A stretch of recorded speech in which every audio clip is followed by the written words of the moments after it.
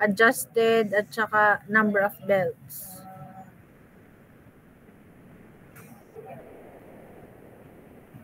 Parang sa number of belts po tayo po, ma'am. Bali po na-discuss po kasi natin yung lagpas po sa yung cross section, yung cross na ano po, V-belt.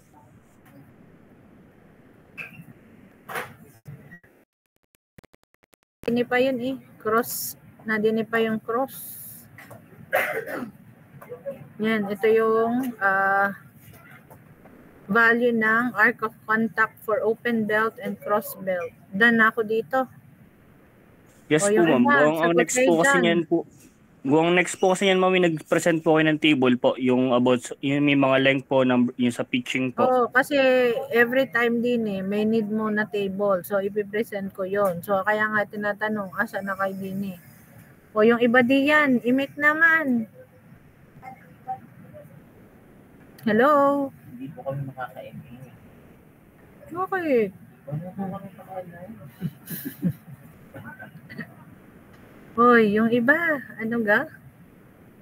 Hindi po namin alam. O, saan?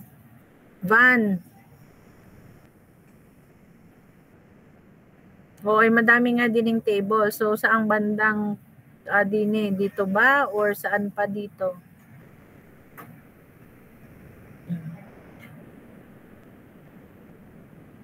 That is why I am asking for a face-to-face class. O, yung iba naman, ayaw. So, okay lang. Dito na lang. Kasi nga, kahapon, puputol-putol yung ating connection. O, kaya tayo ngayon, hindi tayo magkaintindihan. Saan ba tayo din tumigil? O, since ayaw nyo naman, so, okay lang. So, dito tayo sa ating online.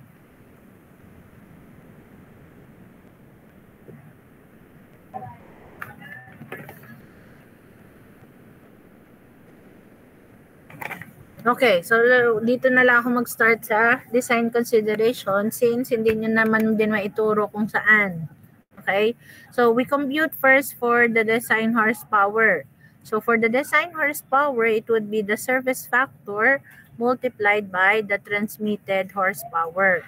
So the power transmitted by the shaft, yun po yung tinatawag natin na transmitted HP. And at the same time, halimbawa naman po may mga nameplate rating, okay, yun din po yung equivalent doon sa transmitted HP. So it would be the power output of the machine. Okay, yun po yung transmitted HP. This NSF po pertains to the service factor. Okay, so yung service factor po, that is dependent on the driver and the driven machine. Okay, so we can see the values of the surface factor from table 17.7. Okay, so I'll show to you this table 17.7.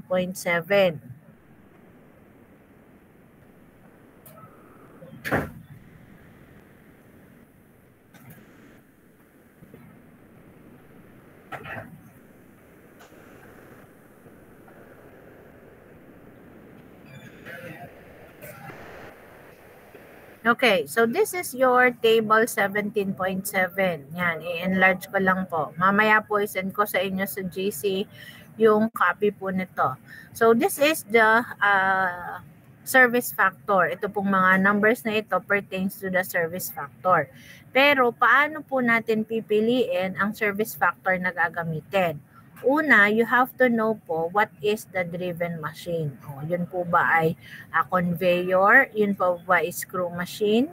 Yun po ba ay generator? So, hahanapin po lang natin dito po sa column na ito kung ano yung driven machine po natin. Dito naman po sa dalawang column na ito is the driver. Okay, so ano po yung driver natin? Is it an electric motor? Is it a turbine? O kaya po ay steam engine? Okay, so pipiliin nyo din po kung saan siya kahanay na column. O halimbawa po, you have the electric motor as the driver and yung pong ating driven machine is a generator. So, ang generator po nandun sa third row na to, okay? So, yung pong intersection noong ating para sa driven machine and the driving machine, yun po yung magli-lead sa atin sa value ng service factor. Okay? So kung siya po electric motor tapos generator, so the service factor would be equal to 1.2. Okay? So, yun po yung value ng service factor. But then, the service factors po na nakalista po dito sa atin na table, these are for regular working conditions. Okay? So, regular working conditions po. Okay? Paano po kung ginagamit mo lang naman yung machine, okay? Seasonal. So, hindi po yun matatawag natin as regular. So, kung seasonal lang po yan or intermittent, okay? So, dapat po may gagamitin tayong factor, okay? Para po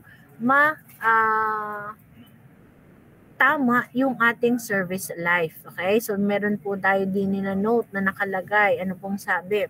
For those continuous operation, okay, you add 0.2 doon sa value po na nakita natin doon sa table po natin. Okay, you add 0.2 for continuous operation and also for wet environment. Kapag po naman seasonal lang yung paggamit nyo sa kanya or intermittent, you subtract 0.2. Okay, so sa sample po natin kanina, electric motor, tapos generator, we arrive at a service factor equal to 1.2. So yun po ay regular working condition. Pag po sinabi sa problem that it is for continuous operation, then you add 0.2. So magiging 1.4 po yung service factor po natin. Okay? Kung siya naman po ay seasonal lang ginagamit, you subtract 0.2. So magiging ano na lang po yun? Magiging equal lang sa 1. Pero kung wala pong binanggit na different condition, so meaning it is used on regular working condition, so kung ano po yung makita natin na value dun sa table ng service factor, then yun na po yung value po natin na gagamitin. So only 1.2. Naintindihan po ba yung service factor? Hello? Yes po, ma'am. Okay. So, yun po yung number 1. Okay. Doon po pag dinesign po natin, yun ang uunahin. You determine the design horsepower. Okay. So, it's the service factor multiplied by the transmitted HP. Next. Okay. Ang pangalawa po, you have to know the belt section. Okay. Nasa A section po ba? Sa B, sa C, sa D. So, anong belt section po na andun yung ating i-design. Okay? So, ang gagamitin po naman natin dyan is figure 17.14. Okay? So, let us show yung figure 17.14.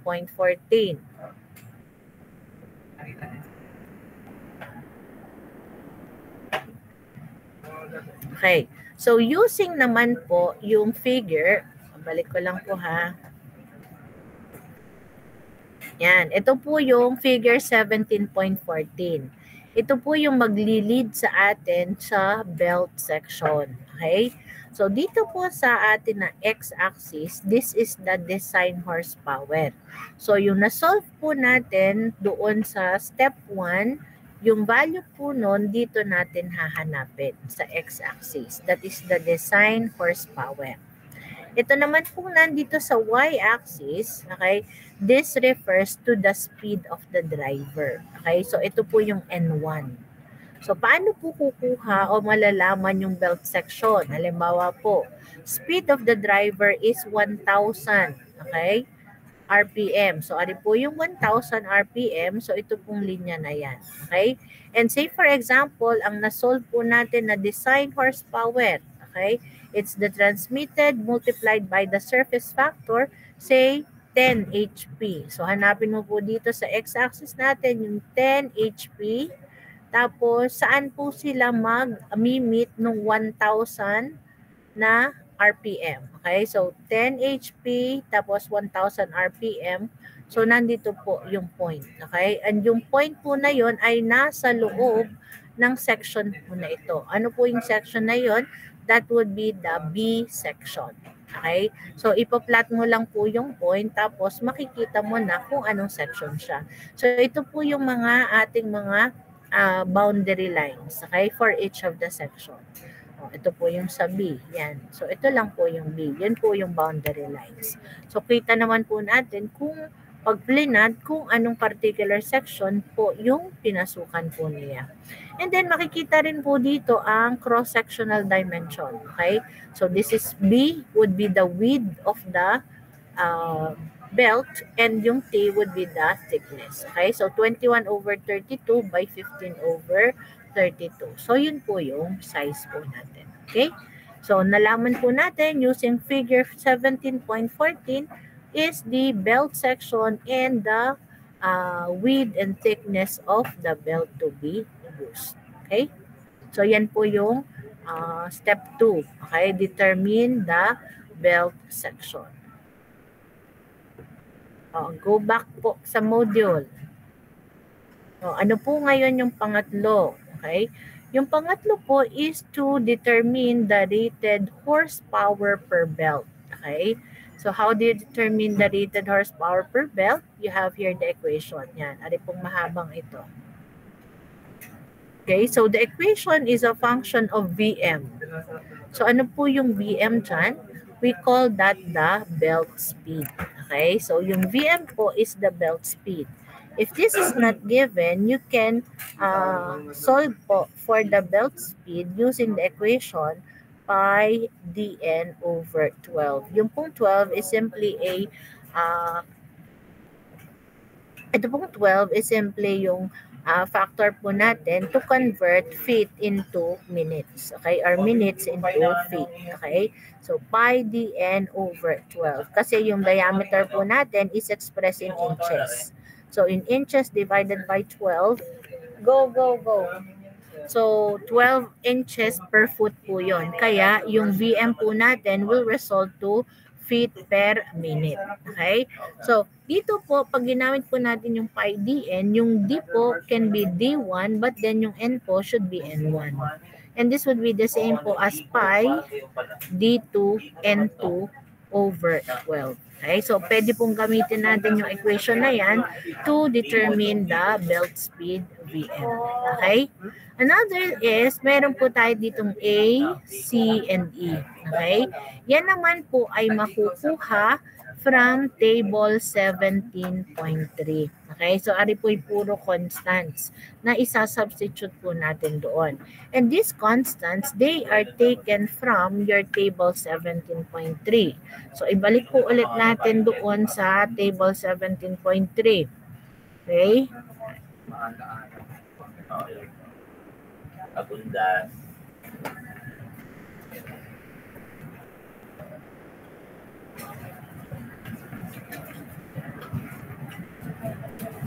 Maraming kapit dyan.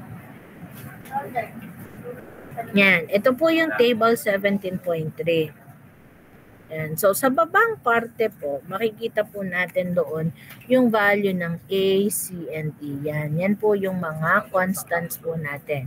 This is at the A section, this is B section, C section, D section. So, yan po yung A, yung C, at E. Okay? So, naka-indicate na po. So, kukunin lang po natin yung mga values na yan at yan po yung sa-substitute natin doon sa equation ng rated horsepower per belt. Okay?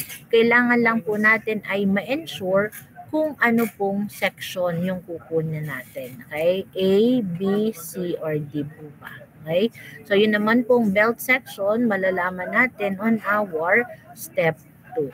Okay? Yung kanina po katulad na ginawa po natin. Okay? So, need po natin yon para makuha natin yung tamang value ng constant ng A, C, and E. Okay? So, doon po natin yon kukuhain.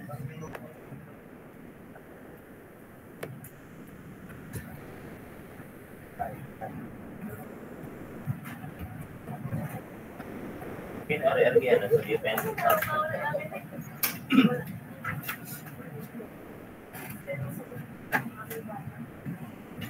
Kasi naging-diretso pa. Basta pa sabihin, 10 groups daw. Okay. So, ito po yung A, C, at saka E. Okay? Doon po sa table na yan. Yung VM naman po, sinolve po natin dito. Yung D1 po naman is given, that would be the diameter of the driver. So what is new again would be yung KD. Okay? So ano naman po yung KD? This is the small diameter factor. Okay? This is to be taken from table 17.4. Okay? So this will correct po yung diameters po natin na ginamit. Okay? So table 17.4.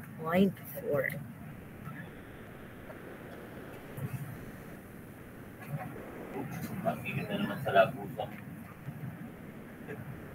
Ikaw ba yun? Sabi ko, tapos hindi naman ako. Tiningan lahat sa content. Tapos pag nakita mo lang, hindi mo kayo makakatapos. Okay, so this is your table 17.4. Wait lang. Ari po ay tatlong table, 17.4, 17.5, and 17.6. Okay? Yan. So, yan, enlarge ko po. Ari pong nasa kaliwa, okay, ari po yung value ng ating KD. Okay? So, this is the value of po ng KD. So, ikakopy lang po natin. But then, this is dependent on the value of the ratio nung D2 over D1. So, find the ratio between the diameters. So, D2 over D1. Okay? Tapos, tingnan mo po, saan po bang range po siya dyan kasama? Halimbawa, D2 is twice as big as that of D1.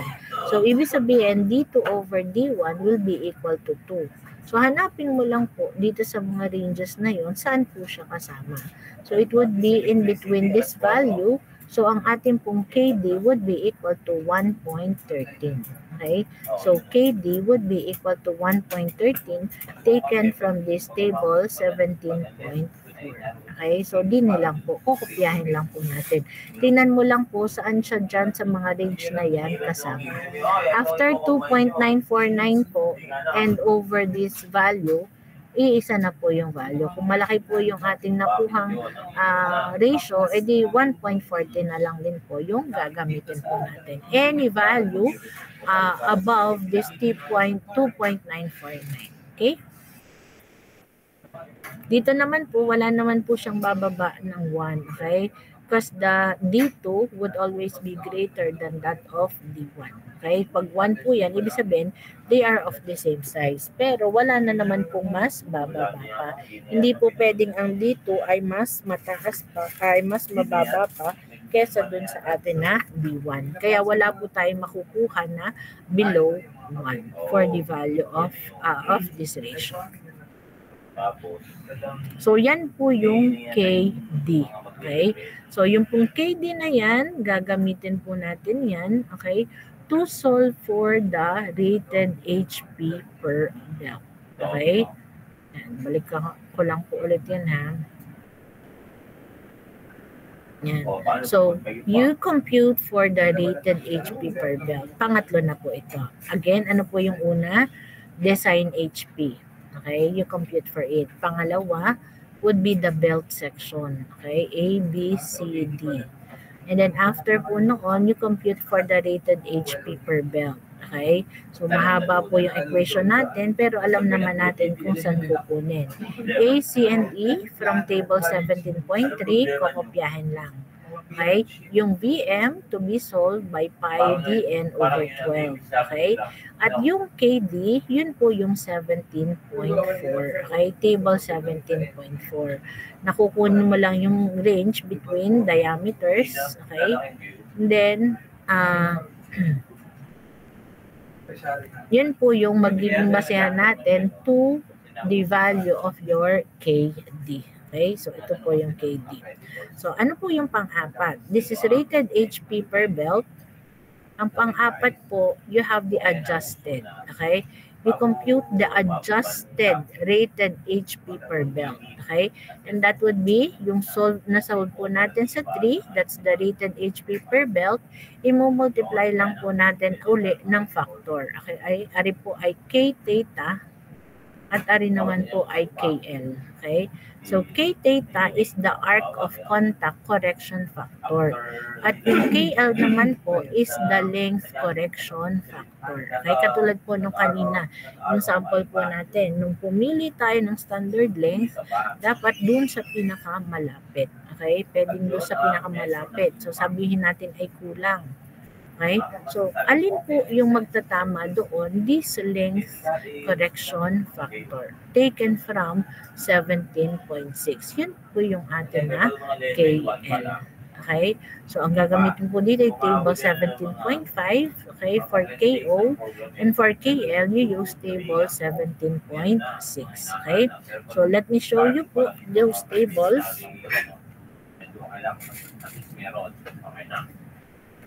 Pero habang nataas ang level ng organization, nahihigit ang requirement. Pero meron mo proposal lang yung... Yun nga, depending nga sa atin ito. Meron dahil sa ibang university. Yan. Okay? Ay, sorry. Mali pala ako. Kumakapag-demand. Biglang... Diba sa ibang school lang din ang... Oo. Tapos, oo, yes, mga nalagyan. Okay, so ano po ang need natin dito? Table 17.5 and table 17.6. Okay, alin po yung dalawang tables na yon? So these are correction factors for the arc of contact and for the length. Okay, so hanapin po natin yung 17.5, 17.6. Ano po yung 17.6? Okay, so ito po yung KL. Okay, so paano po natin kukunin yung value ng KL?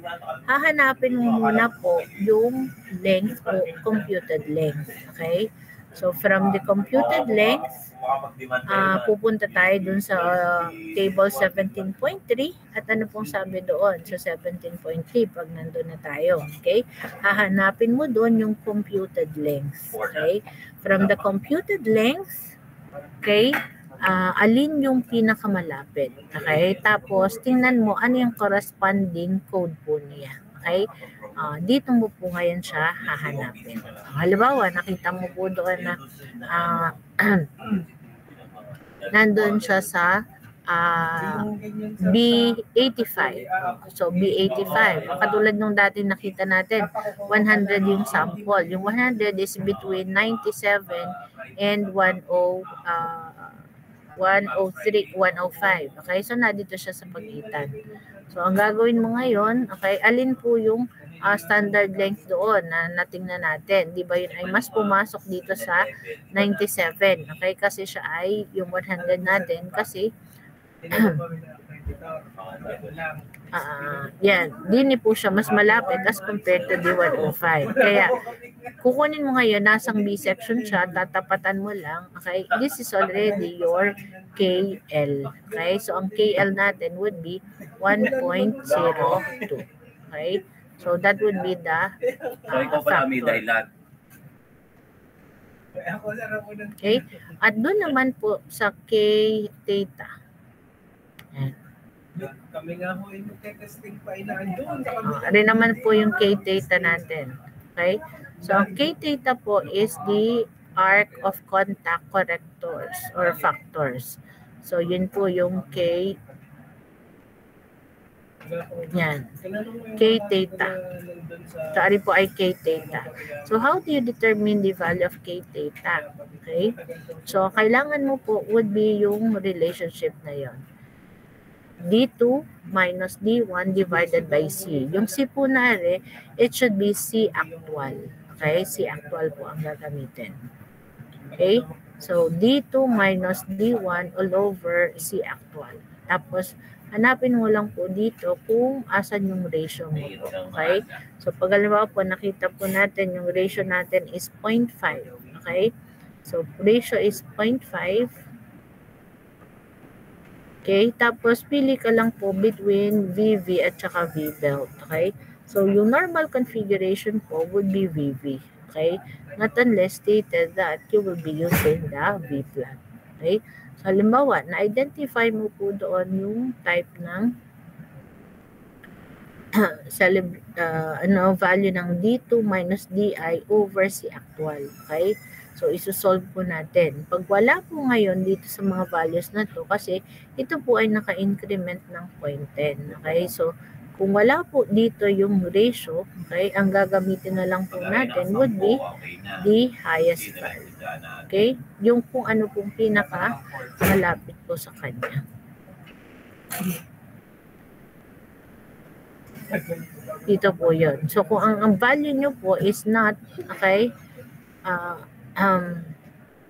not indicated po dito sa listing na to ng D2 minus DI equal to C, kung wala po siya dito, ibig sabihin, okay, your value ng K theta, okay, wala po tayo dun sa So, yung K theta po natin needs to be mag-under po nung atin na interpolation process. Alam mo po, nakuha mo pong D2 minus D1 over C is 0.5. Okay? So, hindi mo po alam kung saan siya pupunta. Okay? So, kung ano po ay naging 0.505 or 0.55, so, ang gagawin mo po is to, ano po ang gagawin natin? Kung 0.55 po yan, pwede pong simple averaging. Okay? O kaya naman po, pag hindi, ang gagawin po natin is to do the interpolation. Okay? So, kapag po hindi eksakto, interpolation po yung gagamitin natin.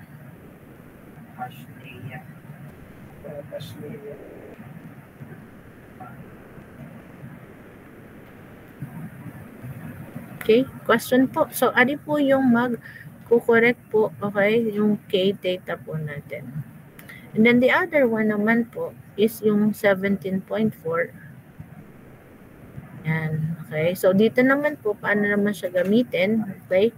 So, nandini po is the length of destination. Nawala. Wait lang.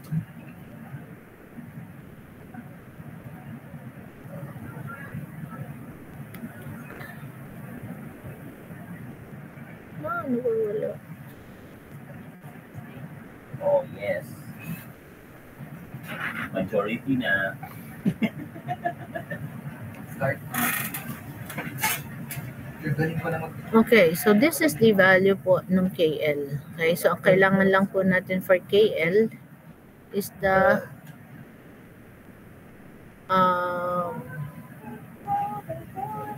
yan, standard length po. Okay, so yung standard length po, makukuha po natin dun sa table. Okay, so hanapin mo lang po dito yung standard length. Halimbawa po, ang ating pong standard length is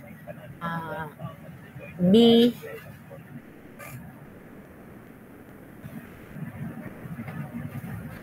Okay, so for the standard length, okay, so yun pa rin po yung ginagamit natin table kanina. Okay, so ma-identify mo lang po doon yung atin na code. Okay, so halimbawa po na code mo is B100. Okay, so dun ka ngayon magbabase ng value mo ng B. Okay, equal to 3.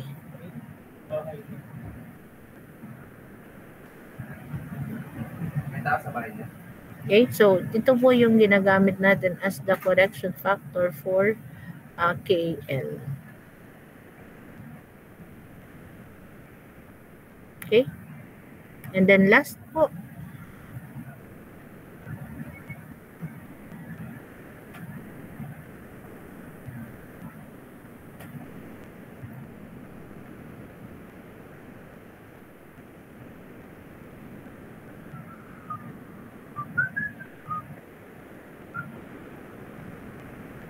question. Hello? Wala na? Wala? Okay, so idugtong ko lang.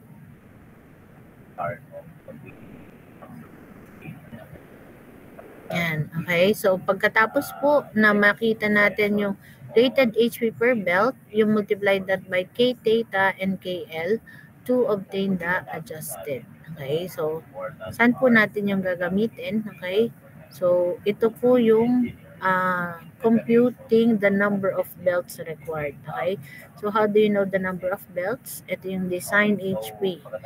Okay, So, yan po yung binabigay dun sa doon sa part 1 po natin. Okay? Design HP. The service factor multiplied by the factor of transmitted HP. Kasi ito naman po, adjusted rated HP per belt, yan po ito. Okay? Ito po yung diniscuss po natin kanina. Bearing, K-theta, and KL. Okay? So, ito po yung number of belts po natin. Okay? Sorry po, actually is number 5. Palin mo na po ito. So, for the number of belts, say for example, nakuha po natin is a decimal. Say 1.385. Yan. Okay? So, ang gagawin po natin, this is number of belts.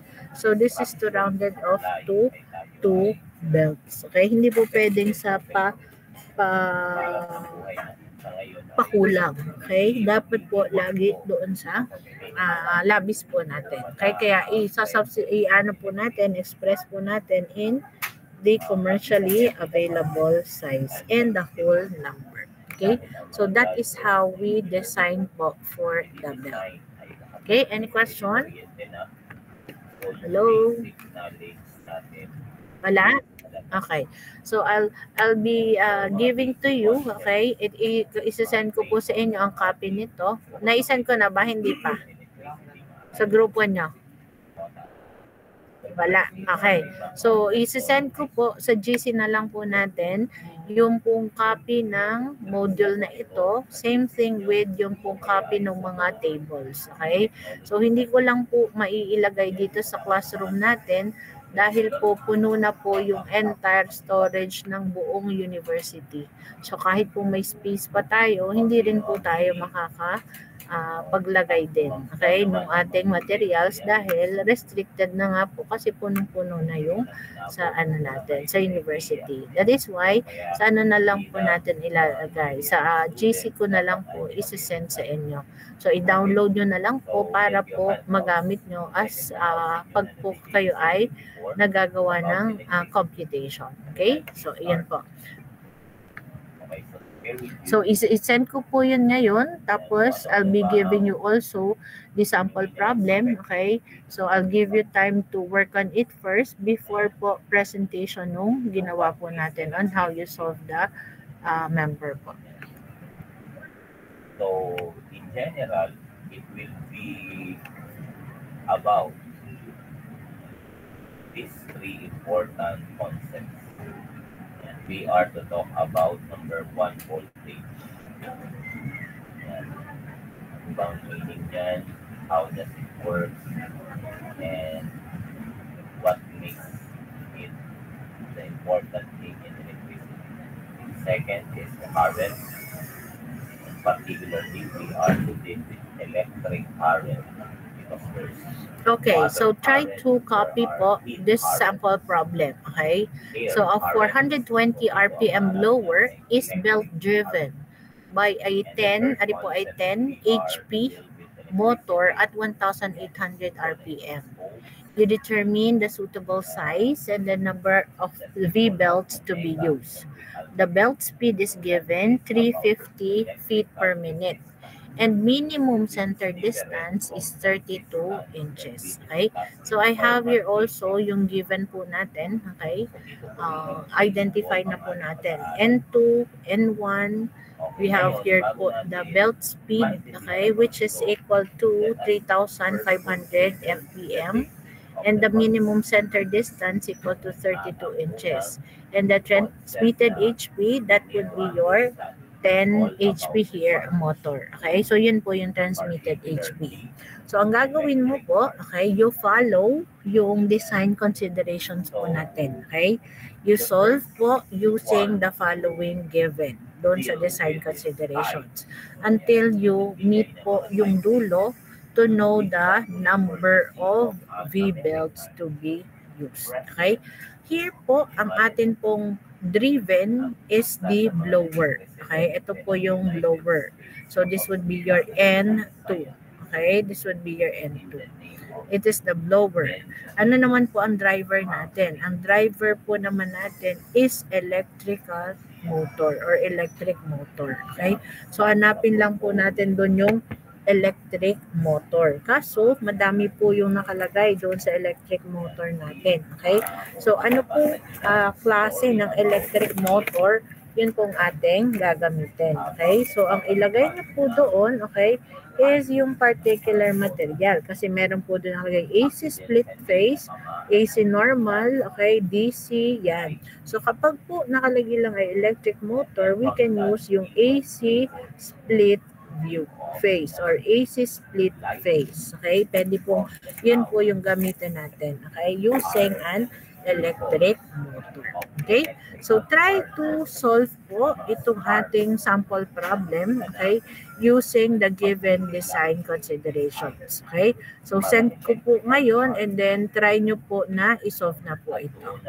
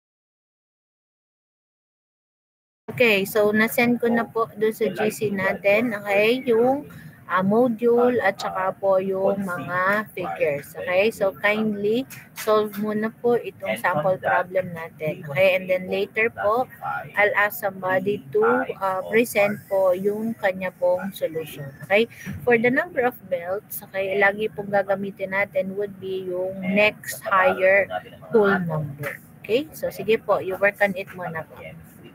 If may question po, paki-raise na lang din po ng hand.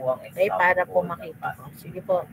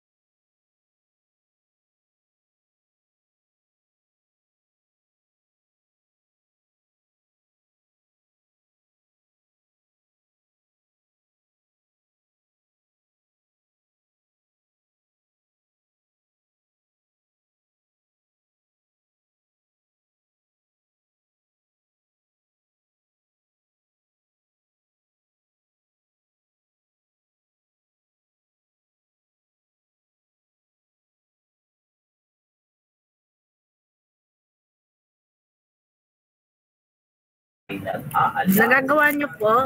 May question po kayo? They are good. Hello?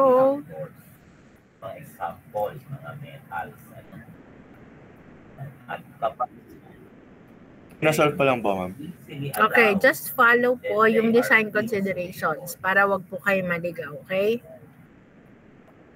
So, at ito, bakit may arrow na papuntang ganito? Yun pong D1, that is to be solved po using PyDN, okay? Yun po yung VM, ito po, VM is equal to PyDN over 12, okay? So, galing po dito, you can solve for D1. And the second,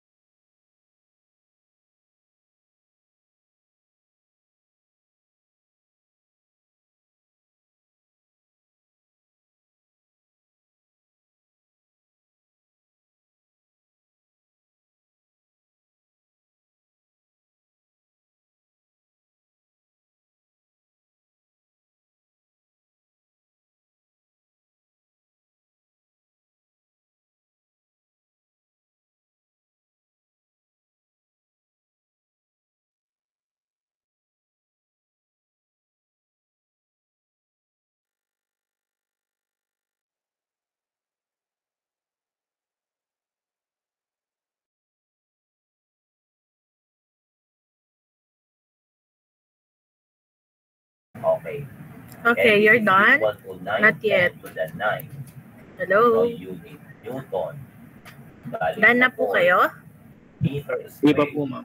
At this Okay, time so I squared think I'll give that to over you as your volume assignment, squared okay? galing sa Q1 Then, at I'll just show to you yung Now, pong saan nakagaling solution ang value natin and nito? then you can compare, okay? So, sige Yan, po, gawin nyo eh, muna po as your assignment. Then, so ang i-send value ko ng na lang K din po ay sa inyo determined kung galing dito ano lang yung sa solution po math dito formula. so that you can see if your The K, answer is the correct. electrical Okay? constant Any K question sa po physics, ba? ang tawag din ay Wala Coulomb's naman. constant. Yes, Eric? Wala naman po. 0.987 Kung yung Eric? mga sinend po kayong table, possible po ma-print din madala po sa exam. Yun po, ako na lang po yung maglalagay doon sa exam po natin. So, kasama ng ating questionnaire. Okay na? Okay Para po Thank you po. pare-parehas. Ano po? Sige po. I-check nyo nga class. Nakita nyo ba yan sa calculator? Okay, meron pa pong question? Kung wala na po, I'll stop na po itong presentation. Okay? So, sige po, pangalan nito, Olma, you take charge for the attendance po. Wala na, si Olma? Kailangan Yes po, ma'am. O, sige, you take a screenshot and then if it's done, then we'll end the meet now. So, na doon, o pili sila ang tumaas. Si Bray, ikaw, Edward, John Red Robin.